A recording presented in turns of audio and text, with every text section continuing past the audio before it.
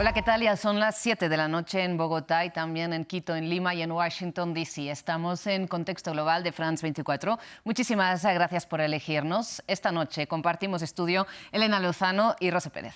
Hola Rosa y hola a todos ustedes que nos acompañan. Son 6 de la tarde en Ciudad de México y 9 de la noche en Buenos Aires. Damos inicio a un nuevo espacio de información internacional. Vamos primero con los titulares. Ultimátum para Volodymyr Zelensky. Donald Trump advirtió que tendrá que gustarle el plan de paz elaborado por su gobierno para ponerle fin a la guerra entre Rusia y Ucrania. En respuesta, el presidente de Ucrania lamentó que su país deba de elegir entre perder su dignidad o perder a su principal aliado. Y Vladimir Putin dijo que se trata de un primer paso con puntos a discutir. Y a pesar de su oposición ideológica, Donald Trump y Zoran Mamdani comparten un armonioso encuentro en la Casa Blanca. Entre sonrisas, el presidente de Estados Unidos y el alcalde electo de Nueva York dijeron confiar uno en otro. Además, el Poder Judicial de Perú ordenó la captura internacional y 5 meses de prisión preventiva contra Betsy Chávez, la ex primera ministra durante el gobierno del condenado exmandatario Pedro Castillo. Es procesada por intento de golpe de Estado y se encuentra refugiada en la Embajada de México en Lima. Y después del bloque de noticias como tal, iremos una noche más en directo hasta D.C. Ahí ampliaremos sobre lo que comentábamos, esta reunión en la Casa Blanca entre el alcalde electo de Nueva York y el presidente estadounidense, Zoran Mamdani, y Donald Trump, quien pasó de decir que Mamdani era un peligro para la ciudad a decir que viviría de nuevo allí. Además, Rosa, en una semana en el mundo hablaremos de una semana que acaba con el ultimátum de Estados Unidos a Ucrania para aceptar un plan de cese el fuego que recoge gran parte de las exigencias rusas. Una semana en que el Pentágono continúa trasladando su poderío militar al Caribe. Mientras tanto, en Washington ha empezado la cuenta atrás para la revelación de casi todos los documentos del caso Epstein. Lo revisas tú con tus invitados, Rosa. Eso intentaremos. Muchísimas gracias, Elena.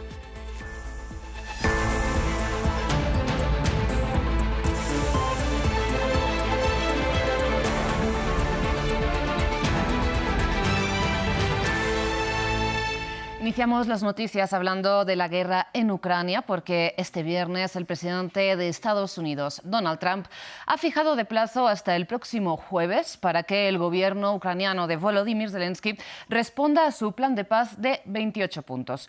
Una propuesta que recogería las principales exigencias planteadas por Rusia desde hace años, entre otras, la cesión del territorio ocupado, la reducción del ejército ucraniano y que Kiev abandone su aspiración de entrar a la OTAN, que tampoco podría desplegar sus tropas en el país. Ucrania está enfrentando uno de los momentos más difíciles de su historia, según dijo el propio Volodymyr Zelensky. El plan de paz de 28 puntos propuesto por Estados Unidos plantea que Kiev ceda territorios, reduzca el tamaño de su ejército y no entre en la OTAN, condiciones consideradas anteriormente como inaceptables para el presidente ucraniano, que aseguró que no traicionará a su país. La presión sobre Ucrania es ahora más fuerte que nunca. Ucrania se enfrenta a una decisión muy difícil, o perder su dignidad o perder un socio clave, o escoger los difíciles 28 puntos o exponerse a un invierno difícil y otros riesgos.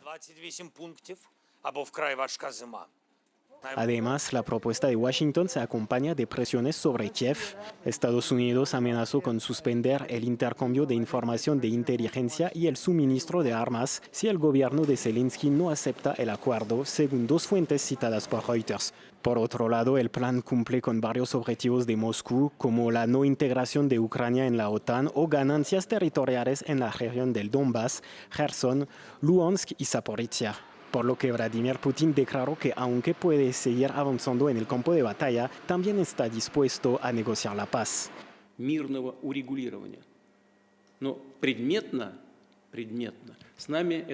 Creo que el plan puede servir de base para un acuerdo pacífico definitivo, pero no se ha discutido con nosotros en detalles y puedo adivinar por qué. La razón sigue siendo la misma. La administración estadounidense no ha conseguido el acuerdo de Ucrania. Ucrania se opone.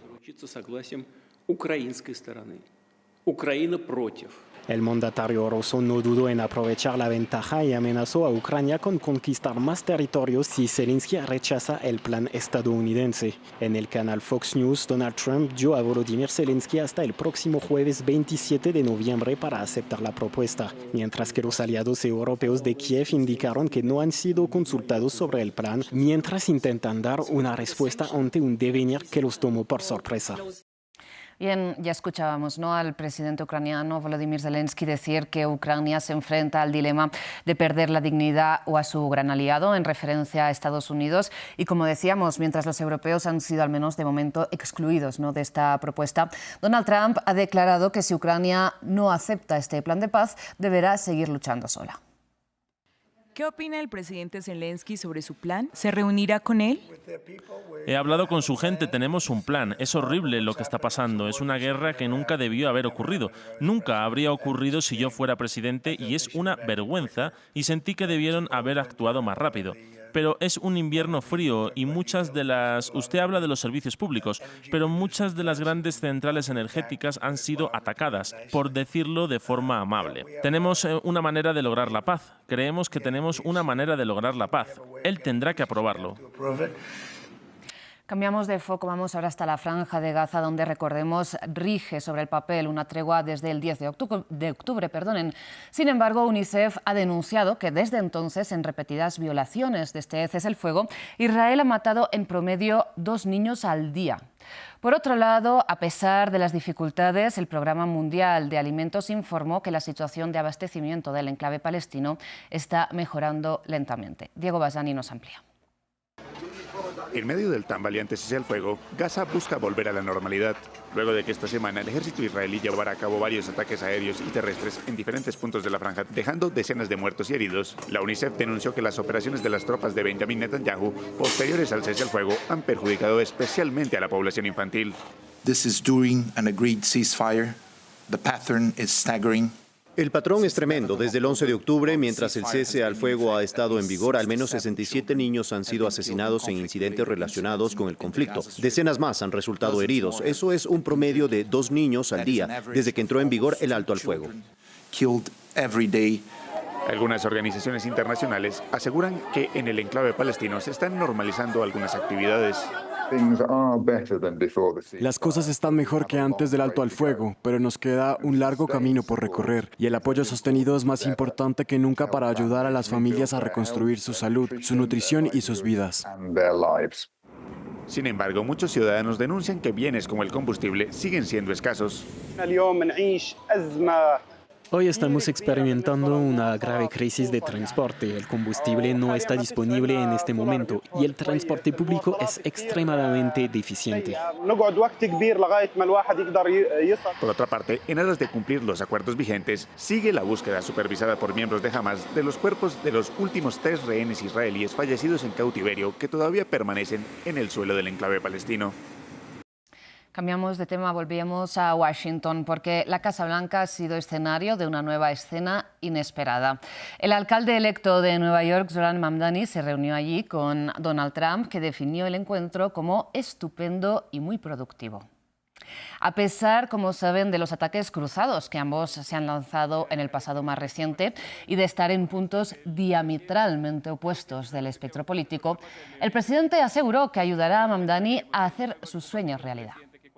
Realmente aprecié el encuentro con el presidente. Como él dijo, fue un encuentro productivo, enfocado en un lugar de admiración y amor compartido que es Nueva York. La necesidad de cumplir con la accesibilidad para los neoyorquinos. Hay millones de personas que llaman New York su hogar, que están luchando para pagar su vida en la ciudad más costosa de Estados Unidos. Hablamos sobre vivienda, servicios, alimentos, hablamos de distintas maneras en las que la gente está siendo expulsada. Aprecié el tiempo con el presidente, aprecié la conversación. Tengo la expectativa de trabajar juntos y cumplir con estas promesas para los neoyorquinos. Acabamos de tener una reunión excelente, una reunión muy productiva. Tenemos algo en común, queremos que esta ciudad nuestra que amamos, que le vaya muy bien. Y quiero felicitar al alcalde, realmente llevó a cabo una excelente campaña en contra de gente muy inteligente. Empezando con las primarias en contra de gente muy difícil, muy inteligente. Los venció con mucha facilidad y lo felicito. De Estados Unidos pasamos a Perú porque la justicia ha emitido una orden de captura internacional y 5 meses de prisión preventiva para la ex primera ministra del país, Betsy Chávez, procesada por rebelión y conspiración en el caso en que el expresidente Pedro Castillo está acusado de intento de golpe de Estado. Sin embargo, Chávez está en estos momentos refugiada en la embajada mexicana en Lima, mientras Perú y México, recordemos, rompieron relaciones. Nos lo cuenta Jesús Yajure. Perú ordena la captura de la exministra Betsy Chávez, procesada por delitos de rebelión y conspiración en la causa que lleva a lo que es calificado como intento de golpe de Estado. A partir de la fecha y hasta que se instaure el nuevo... Chávez ocupó brevemente el cargo de primera ministra tras ser juramentada por Castillo en noviembre de 2022, quien fue luego destituido y arrestado tras anunciar la disolución del Congreso. Se resuelve dictar prisión preventiva por plazo de 5 meses contra la acusada Betsy Chávez Chino y los oficios de ubicación y captura a nivel nacional e internacional respecto a la acusada. Chávez se encontraba en prisión preventiva, pero el Tribunal Constitucional ordenó su excarcelación al considerar que fue víctima de detención arbitraria y aceptar un recurso de habeas corpus presentado por su defensa. Chávez se encuentra actualmente refugiada en la residencia del embajador de México en Lima. Su ingreso a la sede diplomática fue protestado por el Congreso, que lo tildó de acto de injerencia y declaró persona non grata a la presidenta de México, Claudia Sheinbaum. El canciller peruano afirmó que se trataba de un acto hostil y anunció la ruptura de relaciones con el gobierno de la presidenta Claudia Sheinbaum. Sheinbaum, por su parte, dijo en su momento que se trataba de una decisión desproporcionada. Ahí es donde, debido a esto, el actual presidente de Perú, a través de su canciller, toma la decisión de romper relaciones diplomáticas con México, que desde nuestra perspectiva está fuera de toda proporción, pero es una decisión que ellos toman. De ser hallada culpable, Chávez se enfrenta a una pena de al menos 25 años de cárcel. Castillo, que ha tildado todo el proceso en su contra de un circo, defendió a Chávez, para quien dijo no pedía clemencia, sino justicia. Los derechos diplomáticos, así como la Constitución. En Brasil, la defensa del expresidente Jair Bolsonaro ha solicitado al Tribunal Superior que se permita cumplir su condena por intento de golpe de Estado bajo arresto domiciliario. El equipo legal del exmandatario alega textualmente informes médicos y otros atenuantes de carácter humanitario, según un comunicado publicado por el medio brasileño O Globo. Recordemos que Bolsonaro aún no ha comenzado a cumplir su pena de 27 años y 3 meses de cárcel dictada en septiembre pasado por la máxima corte brasileña. En otras noticias, Cuba recibió a la relatora especial de la ONU sobre el impacto de las medidas coercitivas en el disfrute de los derechos humanos. Hablamos de Alena Douan en una visita de 10 días en la que pudo comprobar los efectos de las sanciones de Estados Unidos contra Cuba. La gira es parte del informe que presentará en septiembre de 2026 ante las Naciones Unidas. Nos lo explica nuestro corresponsal en La Habana, Luis Muñoz. Concluyó la visita a Cuba de Alena Douan, relatora especial de la ONU sobre el impacto negativo de las medidas coercitivas unilaterales en el disfrute de los derechos humanos. Durante 10 días, la diplomática bielorrusa de la ONU ha visitado Cuba, donde se ha reunido con autoridades gubernamentales, personal diplomático y de organizaciones internacionales, así como personas de la sociedad civil.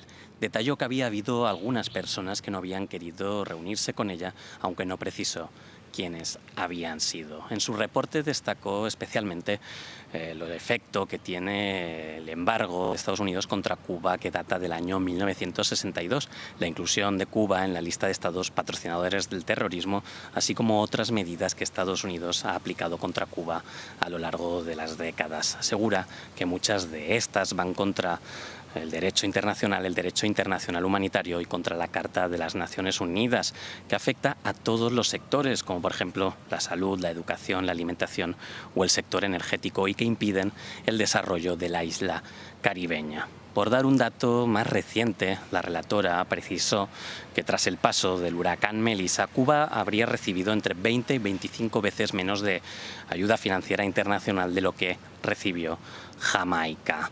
Esta visita de Alena Douan, la relatora especial de la ONU, es parte del informe que va a presentar el próximo septiembre de 2026 en el Consejo de Derechos Humanos de la ONU. Y precisamente de Cuba pasamos a Estados Unidos en directo DC. Conectamos una noche más con nuestra corresponsal en la capital federal de Estados Unidos, Natalia Cabrera. Natalia, muy buenas noches. Hoy en un nuevo capítulo inesperado, ¿no?, de la política de Donald Trump, el presidente recibió al alcalde electo de Nueva York, a Zohran Mamdani, en la Casa Blanca. Recuérdanos cuál ha sido el resultado de este encuentro. Hola Rosa, buenas noches. Sí, un giro de 180 grados tras haber pasado meses y meses incluso de esta campaña criticando justamente a Mamdani, el presidente diciendo que era un peligro para la ciudad de Nueva York, amenazando con quitarle fondos si resultaba electo. Ahora lo vemos pasar a darle un espaldarazo, a decir que va a trabajar con él, que confía en él y que volvería a vivir en la ciudad de Nueva York, que es la más poblada del país. También Mamdani dio, no podríamos decir un paso atrás, pero sí también le restó importancia a las críticas que él mismo le había lanzado al presidente estadounidense también, después de que lo llamó fascista y de haberlo señalado de estar patrocinando y financiando lo que considera es el genocidio en la Franja de Gaza. Permitió de alguna manera que se restara importancia, ambos lo permitieron, mientras los periodistas le hacían preguntas al respecto y pues simplemente reiteraron que iban a trabajar juntos por este objetivo común que tienen, que es la ciudad de Nueva York, y se elogiaron mutuamente, afirmaron que pues fue una reunión bastante productiva que va a permitirles justamente sentar las bases para trabajar en pro de la ciudad de Nueva York, que pues es el objetivo común para ambos.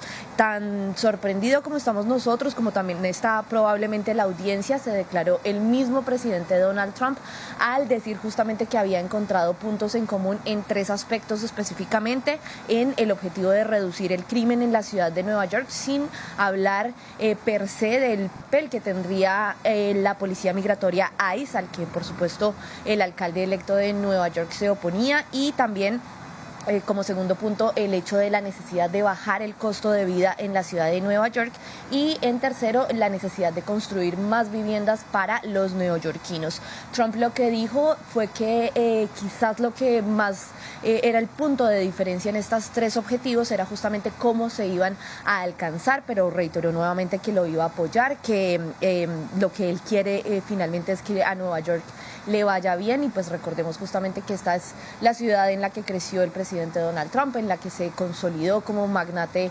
inmobiliario, en la que hizo fama durante los años 80, así que es una ciudad que él quiere mucho. Y pues también hay que decir que 1 de cada 10 votantes de Mamdani votó justamente por el presidente Donald Trump en las elecciones de noviembre de 2024. Natalia, y más allá de estos tres objetivos, ¿no?, que nos planteabas, ¿cómo analizas este acercamiento, al menos en la sintonía personal, ¿no?, que han presentado? Pues yo lo que veo es que es el juego de la política prácticamente en su máxima expresión. Hay que recordar que fue el alcalde electo de Nueva York el que pidió esta reunión, y que en un principio el presidente Donald Trump había dicho que no sabía realmente qué iba a esperar o qué iba a salir de la misma, pero pues terminaron obviamente en estas imágenes que vimos, estos apretones de mano muy cálidos, este espaldarazo que Trump le daba y estos elogios mutuos también. Y pues también hay que decir que además de la ciudad de Nueva York y el cariño que le tienen ambos a la ciudad de Nueva York, está en común este ascenso, digamos, a nivel político que ambos tuvieron.